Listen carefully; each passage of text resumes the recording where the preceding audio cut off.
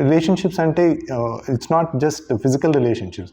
I mean it's give and take, give respect, take respect. That's what I believe in. మీరు వినే ఉంటారు, makeup ఆర్టిస్ట్తో చాలామంది open అవుతారు ఆర్టిస్టులు. ఎందుకంటే ఆ టైం చాలా దొరుకుతుంది యాక్టర్స్కి మేకప్ ఆర్టిస్ట్తో మాట్లాడటానికి. వాళ్ళ దగ్గరే చాలామంది ఓపెన్ అవుతారు. ఇన్ఫ్యాక్ట్ వాళ్ళతోనే చాలామంది ఎమోషనల్గా బాండింగ్స్ బిల్డ్ అవుతాయి. Hello hormones, welcome to the show.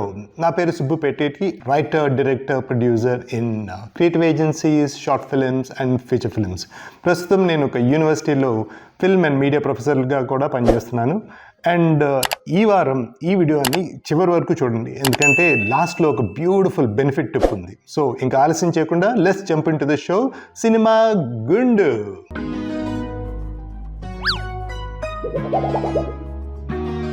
Well, ఇవాళ ఒక ఇంట్రెస్టింగ్ టాపిక్తో మీ ముందుకు వచ్చాను. దాని పేరు పిచ్చింగ్. కొత్త డైరెక్టర్లు అండ్ ఎస్పెషలీ ఓటీటీస్కి కథలు చెప్పాలంటే ఈ పిచ్చింగ్ అనే స్కిల్ చాలా చాలా అవసరం. అసలు ముందు ఈ పిచ్చింగ్ అంటే ఏంటో తెలుసుకుందాం. ఇదివరకు ఒక కథని ప్రొడ్యూసర్కి చెప్పాలంటే అది కథ చెప్పి వినిపించేవారు అనమాట. విన్న కథని బట్టి ప్రొడ్యూసర్ డిసైడ్ చేసేవారు ఈ కథ సినిమా తీద్దాం లేదా అని. కానీ ఇప్పుడు ట్రెండ్ మారుతుంది కాబట్టి, అండ్ ఎస్పెషలీ ఓటీటీస్లో సీనియర్ ప్రొడ్యూసర్స్, సీనియర్ ఎగ్జిక్యూటివ్స్ వాళ్ళకి కథని చెప్పి వినిపించే ఆ రోజులు పోతున్నాయి మెల్లగా. సో అందరికీ ఈ స్కిల్ కావాలి. ముందు ఈ పిచ్ డెక్ చాలా షార్ట్ అండ్ స్వీట్గా ఉండాలి. దాంట్లో కొన్ని అంశాలు కంపల్సరీగా ఉండాలి. ఆ అంశాలు ఏంటంటే, ఫస్ట్ అండ్ ఫార్మోస్ట్ ఒక పిచ్ డెక్లో మనం చూడాల్సింది లాగ్ లైన్. లాగ్ లైన్ అంటే మీ కథని 1 or maximum 2 sentences-లో కథను మొత్తం ఎక్స్ప్లెయిన్ చేయగలగాలి. ఇది చెప్పడం చాలా ఈజీ, కానీ మీ కథను మొత్తం 1 or 2 lines-లో రాయడం చాలా పెద్ద స్కిల్. దీనికి మీ కథ మూలాలు అర్థం కావాలి. అసలు ఈ హీరోకి ఏం కావాలి, ఎందుకు ఇలా బిహేవ్ చేస్తున్నాడు, తన స్ట్రగుల్స్ ఏంటనేది చాలా సింపుల్గా 1 or 2 lines-లో చెప్పాలి. చిన్న ఎగ్జాంపుల్ ఇవ్వాలంటే, ఒక లాగ్ లైన్, ఒక యాంగర్ మేనేజ్మెంట్ ఇష్యూస్తో స్ట్రగుల్ అవుతున్న ఒక డాక్టర్ తన లవ్ లైఫ్ని మర్చిపోవడానికి చేసే ప్రయత్నాలే ఈ సినిమా. మీకు ఈ పాటికి సినిమా అర్థమై ఉంటుంది. That is nothing but Arjun Reddy. So ఆ సింపుల్గా 1 or 2 lines-లో కథను చెప్పగలిగితే మీకు లాగ్ లైన్ బ్యూటిఫుల్గా వచ్చింది అని అర్థం. నెక్స్ట్ వచ్చి సినాప్సిస్. సినాప్సిస్ అంటే మీ కథ మొత్తం సారాంశాన్ని 1 or 2 pages-లో చెప్పగలగాలి. అండ్ ఈ సినాప్సిస్ రాసేటప్పుడు కొంతమంది లాస్ట్లో సస్పెన్స్గా కొన్ని పాయింట్స్ వదిలేస్తారు. నో, కానీ సినాప్సిస్ అంటే మీ కథ మొత్తం సారాంశం ఏంటి, బిగినింగ్ ఏంటి, మిడిల్ ఏంటి, ఎండ్ ఏంటి, మొత్తం కంప్లీట్గా ఒక 2 pages-లో చెప్పగలగాలి. ఆ తర్వాత వచ్చే పాయింట్ క్యారెక్టర్ బ్రీఫ్స్. అంటే మీ క్యారెక్టర్ యొక్క కంప్లీట్ ఆర్క్, అంటే సినిమా బిగినింగ్లో క్యారెక్టర్ ఎలా ఉంటుంది, ఎలా స్టార్ట్ అవుతుంది, తర్వాత మెల్లగా ఎలా మారుతుంది, ఆ ట్రాన్స్ఫర్మేషన్ మొత్తం అర్థమయ్యేటట్టు చాలా చాలా క్లుప్తంగా రాయాలి. అండ్ ఈ క్యారెక్టర్స్ మెన్షన్ చేసేటప్పుడు అట్లీస్ట్ హీరో క్యారెక్టర్ అంటే ప్రొటాగనిస్ట్ క్యారెక్టర్, హీరోయిన్ క్యారెక్టర్ అంటే రొమాన్స్ క్యారెక్టర్, అండ్ యాంటిగనిస్ట్ అంటే విలన్ క్యారెక్టర్, మినిమం 3 characters-ని క్లియర్గా ఎక్స్ప్లెయిన్ చేయగలిగితే ఇది చాలా చాలా బెనిఫిషియల్ అవుతుంది. పిచ్ డెక్లో నెక్స్ట్ ఇంట్రెస్టింగ్ ఆస్పెక్ట్ వచ్చి లుక్ అండ్ ఫీల్. అంటే మీ సినిమా చూడటానికి ఎలా ఉంటుంది, ఎలా ఫీల్ అవుతుంది అని చెప్పడానికి మంచి రెఫరెన్సెస్ చూపించాలి. చూపించడం అంటే పాత సినిమాలు, అంటే మీ కథకి దగ్గరగా ఉన్న సినిమా. ఫర్ ఎగ్జాంపుల్ మీరు ఒక పీరియడ్ సినిమా తీస్తున్నారనుకోండి, ఆ పీరియడ్ సినిమా ఎలా ఉండిపోతుంది, is it going to be like Baahubali or is it going to be like RRRలా ఉంటుందా అని రెఫరెన్సెస్ ఇమేజెస్ డౌన్లోడ్ చేసుకుని మీ పిచ్ డెక్లో ఈ ఇమేజెస్ చూపించాలి. అండ్ ఫైనల్లీ ఒక పిచ్ డెక్లో ఉండాల్సింది ఎపిసోడ్ బ్రేక్ డౌన్. మీరు ఓటీటీస్కి వెబ్ సిరీస్ పిచ్ చేస్తుంటారు కాబట్టి యూజువలీ వాళ్ళు ఎపిసోడ్ బ్రేక్ డౌన్ అడుగుతారు. ఎపిసోడ్ బ్రేక్ డౌన్ అంటే it's nothing but every episode ఎలా ఉండబోతుంది అనేది ఒక చిన్న సమ్మరీ అనమాట. ఫర్ ఎగ్జాంపుల్ మీరు ఒక 8 episode సిరీస్కి పిచ్ చేస్తుంటే మీకు 8 సమ్మరీస్ ఉండాలన్నమాట. ఈచ్ ఎపిసోడ్లో ఇది బిగినింగ్, ఇది మిడిల్ అండ్ ఇది ఎండింగ్ అన్నట్టు క్లియర్గా ఈచ్ ఎపిసోడ్ సమ్మరీ ఉండాలి. అండ్ ఇన్ఫ్యాక్ట్ క్లిఫ్ హ్యాంగర్స్ అంటూ ఉంటారు. అంటే ప్రతి ఎపిసోడ్ ఎండ్ అయ్యేటప్పుడు ఏం క్లిఫ్ హ్యాంగర్స్ ఉంటాయి. క్లిఫ్ హ్యాంగర్స్ అంటే నెక్స్ట్ సీన్ ఆర్ నెక్స్ట్ ఏం జరగబోతుందో తెలుసుకోవాలి అనే ఒక ఆతృతమైన సీన్తో ఎండ్ చేయడం అనమాట. ఈ క్లిఫ్ హ్యాంగర్స్ని క్లియర్గా మెన్షన్ చేస్తే మీరు వెంటనే ఎగ్జిక్యూటివ్స్ని మీ బుట్లో పడేయచ్చు. అండ్ ఫైనల్లీ కొంతమంది అంటూ ఉంటారు, పిచ్ డెక్లో బడ్జెట్ మెన్షన్ చేయాలా కంపల్సరీ అని. అది చాలా పెద్ద క్వశ్చన్ మిగిలిపోతుంది. ఆ క్వశ్చన్ ఆన్సర్ చేయాలంటే very simple, that budget mention చేయకపోయినా పర్లేదు, కాకపోతే మీరు ఈ రఫ్గా ఎస్టిమేట్ ఎంత అవుతుంది అనేది మీకు రీసెర్చ్ చేసి మీరు నంబర్స్ రెడీగా పెట్టుకోవాలి. ఎందుకంటే డెఫినెట్గా మీరు మీటింగ్స్కి వెళ్ళినప్పుడు ఎగ్జిక్యూటివ్ ప్రొడ్యూసర్స్ మిమ్మల్ని అడుగుతారు దీని రఫ్ ఎస్టిమేట్ ఎంత అని. ఎస్టిమేట్ వాళ్ళకి ఐడియా వచ్చిందంటే మీరు కొత్త డైరెక్టర్ అయి ఉంటే ఈ బడ్జెట్లో ఈ కొత్త కుర్రాడు కానీ కొత్త అమ్మాయి కానీ ఈ సిరీస్ని డైరెక్ట్ చేయగలరా అని వాళ్ళ అంచనాలు వాళ్ళు వేసుకుంటారు. సో ఎస్టిమేట్ కంపల్సరీ మీరు తెలుసుకుని ఉండాలి. అండ్ ఆ నంబర్స్లో మీరు తీయగలరా లేదనే కాన్ఫిడెన్స్ వాళ్ళు మిమ్మల్ని జడ్జ్ చేస్తారు. సో ఆ కాన్ఫిడెన్స్ బిల్డ్ అవ్వాలి అంటే మీరు అట్లీస్ట్ కొన్ని స్లేట్ మీరు ప్రిపేర్ చేసుకోవాలి. స్లేట్ అంటే ఇంతకుముందు తీసిన షార్ట్ ఫిల్మ్స్ కానీ స్టూడెంట్ ఫిల్మ్స్ కానీ వాట్ ఎవర్ ఇట్ ఈస్, వాళ్ళు మీ మీద కాన్ఫిడెన్స్ బిల్డ్ అవ్వడానికి మీరు ఒక మంచి ప్రొఫైల్ రెడీ చేసుకుంటాం చాలా చాలా మంచిది. అంతేకాకుండా మీ పిచ్ డెక్లో ఒక పాయింట్ కంపల్సరీ మెన్షన్ చేయాలి. ఈ వెబ్ సిరీస్ ఓటీటీస్కి మాత్రమే ఎందుకు సూట్ అవుతుందో మీరు ఎక్స్ప్లెయిన్ చేయగలగాలి. ఫర్ ఎగ్జాంపుల్ మీ నెరేటివ్స్ చాలా ఫాస్ట్గా ఉంటుంది, లేకపోతే దీంట్లో చాలా లేయర్డ్ క్యారెక్టర్స్ ఉన్నాయి అని.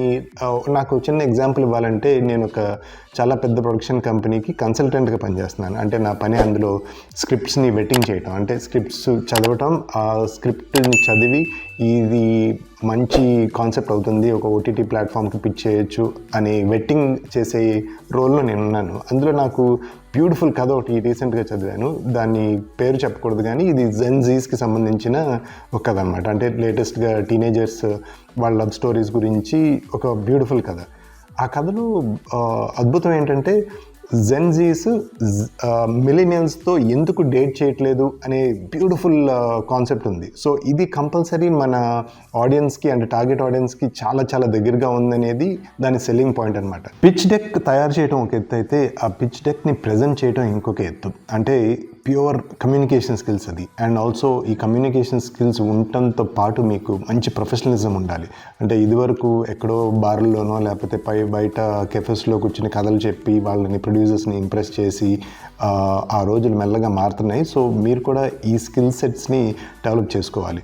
ఎస్పెషలీ మీరు ఒక పెద్ద ఆఫీస్ లైక్ సే నెట్ఫ్లిక్స్ ఆఫీస్కి వెళ్ళారనుకోండి, వాళ్ళంతా క్వాలిఫైడ్ ఎగ్జిక్యూటివ్స్ ఉంటారు, పెద్ద పెద్ద యూనివర్సిటీస్లోనూ ఫారిన్ యూనివర్సిటీలోనూ ఫిల్మ్ మేకింగ్ కోర్సులు చేసి ఉంటారు.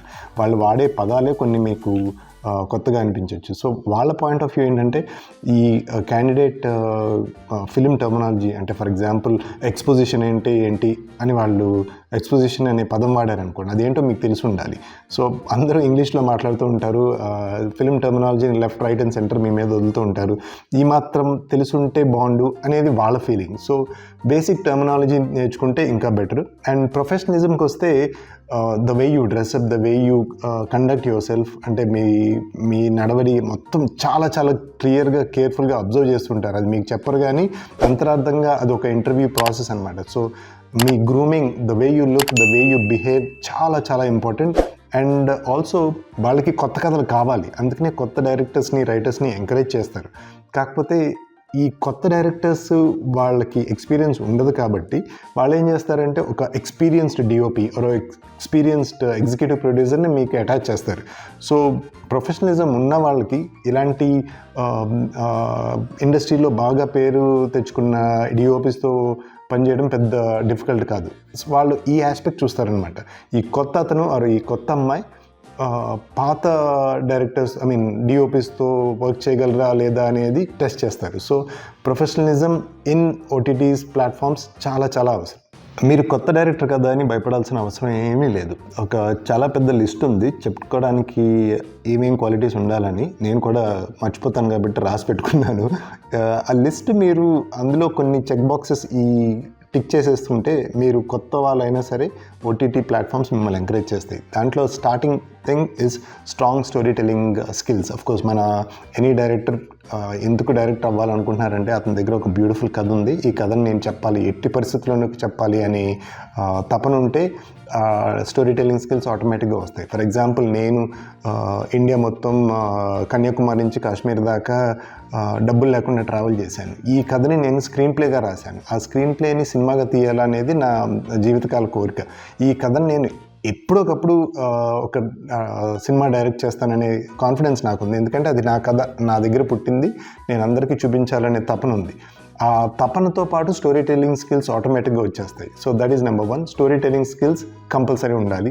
నెక్స్ట్ వచ్చి క్లారిటీ ఆఫ్ విజన్. అసలు ఈ కథ ఎందుకు చెప్పాలనుకుంటున్నావు అనే విజన్ నీకుంటే డెఫినెట్గా ఇది మీకు బ్యూటిఫుల్ చెక్ పాయింట్ అవుతుంది. ఫర్ ఎగ్జాంపుల్ నేను లండన్లో పనిచేసేటప్పుడు నేను కేర్ హోమ్లో పనిచేశాను. కేర్ హోమ్లో అంటే ఒక హాస్పిటల్లో నర్స్గా పనిచేశాను. అంటే ముసలి వాళ్ళకి స్నానాలు చేయించడం, లేకపోతే వాళ్ళ పాటీస్ క్లీన్ చేయడం, ఇవన్నీ చేసి చాలా ఇబ్బందులు పడ్డాను. అఫ్కోర్స్ అప్పుడు కోవిడ్ టైంలో కాబట్టి వేరే జాబ్స్ దొరికేవి కాదు. నేను చాలా సఫర్ అయ్యాను. ఆ సఫరింగ్ అంతా వేరే కంట్రీ వెళ్ళిన ప్రతి ఇమిగ్రెంట్ ఫేస్ చేసి ఈ స్ట్రగుల్స్ అన్నీ పడుతూ వాళ్ళు ఎలా లైఫ్లో సక్సెస్ అవుతారు అనే ఒక మంచి కథ రాశాను. ఆ కథ కూడా నేను కంపల్సరీ చెప్తాను, ఎందుకంటే దాని మీద నాకు క్లియర్ విజన్ ఉంది కాబట్టి. సో మీ కథ మీద మీకు క్లారిటీ ఆఫ్ విజన్ ఉంటే మీకు డెఫినెట్గా అవకాశం వచ్చే ఛాన్సెస్ ఎక్కువ ఉన్నాయి. నెక్స్ట్ పాయింట్ వచ్చి అడాప్టబిలిటీ అంటే దానికి మీకు పేరులోనే ఉంది, దట్ ఎలాంటి సిచ్యువేషన్స్ కన్నా మీరు అడ్జస్ట్ అయిపోగలగాలి. నాకు adaptability skills, I should say I'm very proud of my adaptability skills. ఎందుకంటే నేను 40 రోజులు 7,000 కిలోమీటర్స్ ఒక్క రూపాయి కూడా లేకుండా కన్యాకుమారి నుంచి కాశ్మీర్ దాకా తిరిగాను. అంటే రకరకాల మందిని కలిశాను, వాళ్ళు పెట్టి ఫుడ్ తిన్నాను, వాళ్ళకి లిఫ్ట్ ఇస్తే నేను ట్రావెల్ చేయగలిగాను, అండ్ వాళ్ళు నాకు పడుకొనిస్తే వాళ్ళ ఇంట్లో ఒక స్ట్రేంజర్లా పడుకున్నాను. సో నేను ఎక్కడైనా అడ్జస్ట్ అయిపోగలను. ఇలాంటి యాటిట్యూడ్ ఉన్నవాళ్ళు డెఫినెట్గా సక్సెస్ అవుతారు, ఎందుకంటే వాళ్ళకి ఈగోస్ ఉండవు. ఒకసారి సడన్గా రూమ్ లేకపోతే కింద చిన్న చాప వేసుకుని పడుకుని పోతారు, సెట్లోనే పడుకుంటారు. ఒక లొకేషన్ రెక్కీకి వెళ్ళినప్పుడు మేమైతే వర్షం పడుతున్న వర్షంలో తడుచుకుని లొకేషన్ రెక్కీ చేసుకుని వచ్చి అక్కడ గుర్రాలను చూసి వచ్చాం. సో అడాప్టబిలిటీ అంటే ఎవరితో అయినా ఎలాంటి సిచ్యువేషన్లో అయినా వర్క్ చేయగలరు అనే కాన్ఫిడెన్స్ వాళ్ళకి వచ్చిందనుకోండి, the biggest tick mark for you. The next thing is collaborative mind set అంటే 10 మందితో కలిసి మీకు అన్ని స్కిల్స్ ఉండక్కర్లేదు. ఫర్ ఎగ్జాంపుల్ మీరు డైరెక్టర్ అనుకోండి, కాస్ట్యూమ్స్ గురించి మీకు అన్నీ తెలియక్కర్లేదు, జస్ట్ ఆ లుక్ అండ్ ఫీల్ మీద మీకు గ్రిప్ ఉంటే చాలు. మీకు మంచి కాస్ట్యూమ్ డిజైనింగ్ మీరు అపాయింట్ చేసుకోండి, అన్ని స్కిల్స్ మీకు ఉండక్కర్లేదు. కొలాబరేటివ్ అంటే మీరు అందరు టాలెంటెడ్ పీపుల్ని మీకు ఎలా పని చేయించుకోవాలో తెలియటమే కొలాబరేటివ్ స్కిల్స్ అంటారు. మీకు అన్నీ తెలియక్కర్లేదు. ఇన్ఫ్యాక్ట్ నాకు మ్యూజిక్ గురించి ఏం తెలియదు, నాకు జస్ట్ సెన్స్ ఆఫ్ మ్యూజిక్ ఉంది, కానీ దాంట్లో రాగాలు, తాళాలు, ఇందోళాలు, కీర్వాణి, తాళం, what ever you call it, నాకు దాని గురించి తడబడుతున్నాను ఇప్పుడు. ఎందుకంటే నాకు మ్యూజిక్ సెన్స్ ఉంది, కానీ దాంట్లో ఇంటిగ్రేసిస్ తెలియదు. కానీ నేను ఒక బ్యూటిఫుల్ మ్యూజిక్ డైరెక్టర్తో వర్క్ చేస్తాను, ఎందుకంటే ఆయన ఆస్ట్రేలియాలో మ్యూజిక్ నేర్చుకున్నాడు, కాకపోతే తెలుగు సంస్కృతి బాగా తెలుసు ఆయనకి. ఇట్స్ అ గ్రేట్ ఫ్యూజన్ ఉంది, అందుకని నేను ఆయనతో వర్క్ చేయగలను, ఎందుకంటే I know that he is a great musician. నేను గ్రేట్ మ్యూజిషియన్ అవ్వక్కర్లేదు. And finally persistence and networking skills ఉండాలి. ఇన్ఫ్యాక్ట్ ఈ నెట్వర్కింగ్ స్కిల్స్ని చాలామంది లైట్ తీసుకుంటారు. నా దగ్గర మంచి కథ ఉంది, ఆ కథ అదే కొట్టేస్తుందని. లేదు, మీ దగ్గర మంచి కథ ఉంటే అది అక్కడే కూర్చుంటుంది. మీకు నెట్వర్కింగ్ స్కిల్స్ చాలా చాలా అవసరం. ఇండస్ట్రీలో ఎక్కడెక్కడ ఈవెంట్స్ జరుగుతున్నాయి, ఎక్కడెక్కడ వర్క్షాప్స్ జరుగుతున్నాయి, ఈ వర్క్షాప్స్ అన్నిటికీ వెళ్ళి, ఇన్ఫ్యాక్ట్ మీకు ఆ చెప్పే వాళ్ళకన్నా మీకు నాలెడ్జ్ ఎక్కువ ఉండొచ్చు, but knowledge is not important in the industry. ఒక ఫేమస్ సామెత కూడా ఉంది, it's not what you know but whom you know in the industry అంటారు. అంటే మీకు ఏం తెలుసు అనేది ఎవరు పట్టించుకోడు, మీకు ఇండస్ట్రీలో ఎవరు తెలుసు అనే దాన్ని బట్టి మీకు అవకాశాలు వస్తాయి. సింపుల్ ఎగ్జాంపుల్ చెప్పాలంటే, నేను ఎన్నో ఏళ్ళ నుంచి ఇండస్ట్రీలో ఉన్నాను, కానీ ఈ యూట్యూబ్ వీడియోస్ ఎందుకు చేస్తున్నాను అంటే మళ్ళీ నేను సర్క్యులేషన్లోకి రావాలి కాబట్టి. యూ విల్ బీ సర్ప్రైజ్డ్, నేను చేసిన ఒక చిన్న యూట్యూబ్ వీడియో, ఆ వీడియోని చూసి నాకు ఒక మంచి జాబ్ అవకాశం వచ్చింది, అండ్ ఆ జాబ్ని నేను కన్సల్టెంట్గా జాయిన్ అయ్యాను, అండ్ ఇప్పుడు నా ద్వారా కథలు ఓటీటీస్కి వెళ్తున్నాయి. So networking skills is another big checkpoint for you. Well, ఇంతవరకు ఈ వీడియోని చూసారంటే ఆ బెనిఫిట్ టిప్ గురించి వెయిట్ చేస్తున్నారని చాలా క్లియర్గా అర్థమైంది నాకు. Thanks for watching the show. And also ఇప్పుడు దాకా ఈ వీడియోని కానీ ఈ ఛానల్ కానీ సబ్స్క్రైబ్ చేసిన వాళ్ళందరికీ బిగ్ థ్యాంక్ యూ, ఎందుకంటే మీరు సబ్స్క్రైబ్ చేస్తేనే నేను ఇలాంటి వీడియోస్ ఇంకా చేయగలను, అండ్ మీలోంచి ఒక బ్యూటిఫుల్ రైటర్ని, డైరెక్టర్ని నేను వెలికి తీయగలను. అండ్ ఇవాళ బెనిఫిట్ టిప్ కొంచెం ఎమోషనల్, ఎందుకంటే ఇది మేకప్ ఆర్టిస్ట్ గురించి. ఇదివరకు మేకప్ ఆర్టిస్ట్ని ఒక దేవుడిగా కొలిచేవారనమాట. It could be a male కానీ ఫీమేల్ కానీ. వాళ్ళ కాళ్ళకి దండం పెట్టి మరీ మేకప్ వేయించుకునేవారు, ఎందుకంటే మేకప్ని లక్ష్మీదేవితో పోలుస్తారు. అందుకే మీరు వినే ఉంటారు, రామారావు గారు, ఎన్టీఆర్ గారు కాళ్ళకి దండం పెట్టి మేకప్ వేయించుకునేవారు. మేకప్ వేసిన తర్వాత మేకప్ తీయకుండానే వాళ్ళ ఇంటికి వెళ్ళి వాళ్ళ సొంత క్లాత్తో తీసుకునేవాళ్ళు. ఇన్ఫ్యాక్ట్ ఇప్పటికి కూడా ప్రాక్టీస్ ఏంటంటే ఇండస్ట్రీలో మేకప్ వేసిన వాళ్ళు మేకప్ తీయరు, ఎందుకంటే వాళ్ళ వృత్తికి అదొక సెంటిమెంట్ దట్ మేకప్ వేసిన వాళ్ళు మేకప్ తీస్తే వాళ్ళకి మంచి జరగదు అనే ఒక సెంటిమెంట్. అందుకని ఆర్టిస్టులు వాళ్ళంతట వాళ్ళే లోషన్ పెట్టుకుని మేకప్ తీస్తారు. అది ఒకప్పుడు చాలా మర్యాదపూర్వకంగా జరిగే ప్రక్రియ ఉండేది. ఇప్పుడు ఐఎమ్ రియలీ ఒక ఇన్సిడెంట్ చూసి చాలా టచింగ్గా, చాలా బాధ కలిగింది. ఒక ఇన్ఫ్లుయెన్సర్ పేరు మెన్షన్ చేయను కానీ ఆ అమ్మాయి మేకప్ ఆర్టిస్ట్ని ఇన్సల్ట్ చేస్తూ నేను మ్యూజిక్ వీడియో షూట్ చేసేటప్పుడు నాకు మేకప్ వేయండి అని చాలా రెక్లెస్గా మాట్లాడటం నాకు తెలిసింది. కమాన్ యార్, మీరు ఎంత ఇన్ఫ్లుయెన్సర్ అయితే మాత్రం మరీ ఇంత బలుపా? ప్లీజ్, ఆ ప్రొఫెషన్ని దైవంగా భావిస్తారు. So please respect makeup artist. ఎందుకంటే మేకప్ ఆర్టిస్ట్తో మీరు వినే ఉంటారు, మేకప్ ఆర్టిస్ట్తో చాలామంది ఓపెన్ అవుతారు ఆర్టిస్టులు. ఎందుకంటే ఆ టైం చాలా దొరుకుతుంది యాక్టర్స్కి మేకప్ ఆర్టిస్ట్తో మాట్లాడటానికి. వాళ్ళ దగ్గరే చాలామంది ఓపెన్ అవుతారు. ఇన్ఫ్యాక్ట్ వాళ్ళతోనే చాలామంది ఎమోషనల్గా బాండింగ్స్ బిల్డ్ అవుతాయి, చాలా క్లోజ్ అవుతారు. కొంతమందికి రిలేషన్షిప్స్ అంటే it's not just physical relationships, చాలా మంచి అన్నలాగో తమ్ముళ్ళలాగో లేకపోతే ఒక ఫాదర్ లాగో బిహేవ్ చేసే మేకప్ ఆర్టిస్టులు కూడా ఉన్నారు. So please respect them and it's give and take. Give respect, take respect. That's what I believe in.